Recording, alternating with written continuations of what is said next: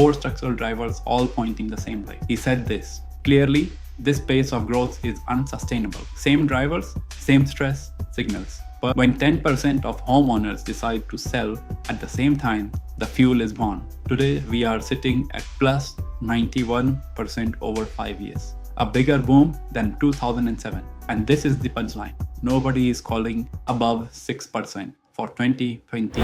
I'm not a property agent. I don't earn commission. I'm an independent economist using global data to show you where Australian property is heading before the agents know. Perth grew 26% in 12 months. It's the strongest capital city in Australia. Median dwelling just crossed $1 million. But ANZ research just told us 18 months from now, Perth annual growth is forecast at 1.5%, from plus 26 to plus 1.5 in 18 months. Three things in this video. One, the event, what ANZ just forecast for Perth. Two, the impact, why a boom is true for some and false for others. Three, the actionable suburbs, 5 to exit, 5 to hold, plus 3 Melbourne rotations. I'll name them all by suburb. Stay till the end. This is for you if any of these are true. You bought a property during the boom and you're wondering when to sell. You're thinking about buying Perth right now. You are sitting on a Perth capital and wondering where it should rotate next. Quick disclaimer, I'm not a financial advisor. This is general information only.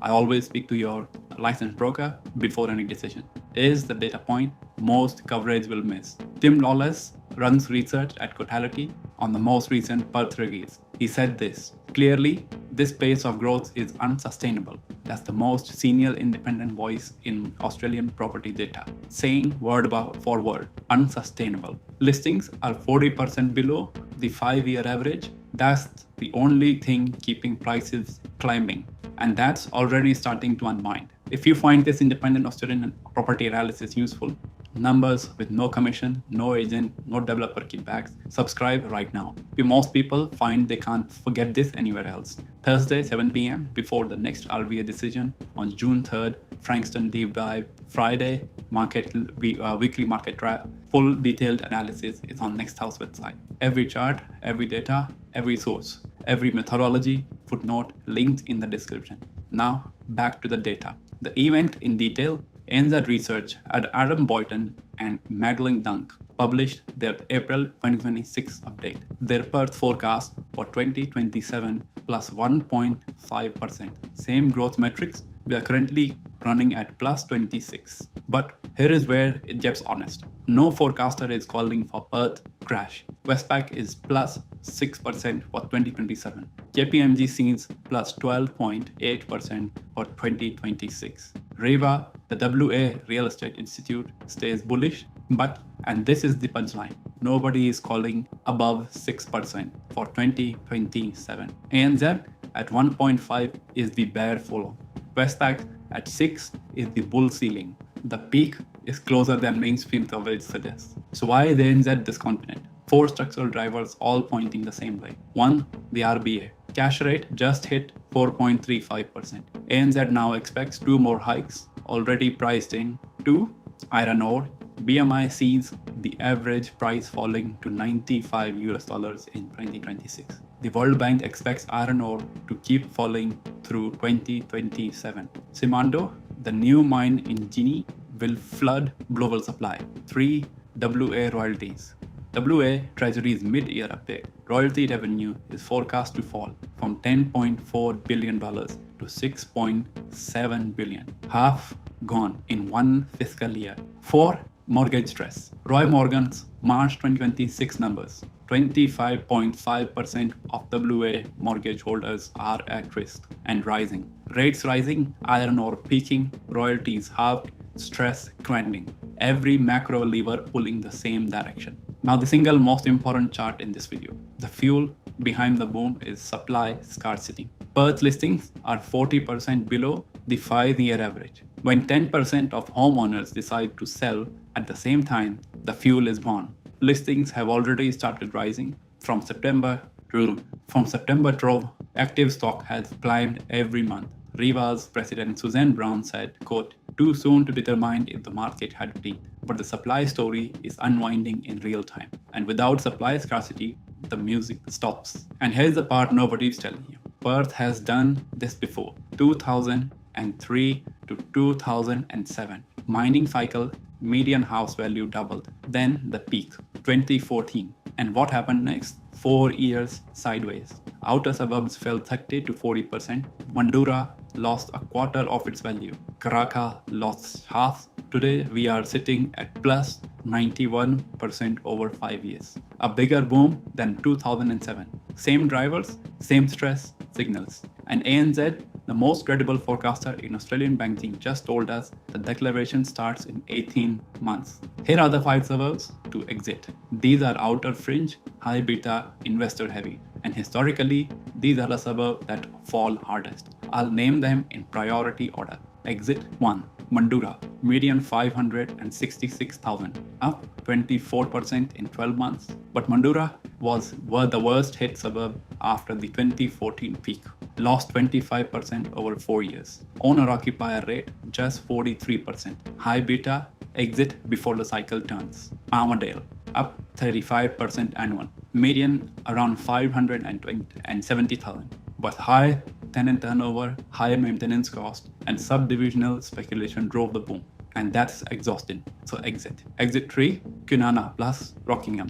Up 26.7%. Industrial outer south, investor heavy. Westport relocation thesis is years from delivery. Exit before the catalyst gap shows up in prices. Exit 4, Butler plus Yancha. Outer north, growth corridor, greenfield supply is flowing. Land releases cap the price floor in any deceleration. Exit 5, Midland plus Bellevue, up 35% in the Swan SA3. But Metronet's final station opened in February. The infrastructure catalyst is fully priced in, no second legs to the story. So exit. Now the 5 suburbs to hold. These are the inner Perth, vacancy 1%, real scarcity. In a deceleration, these are the suburbs that lose the least. Hold 1, Subiaco. Median 2,040,000. 3 kilometers from CBD, heritage controlled.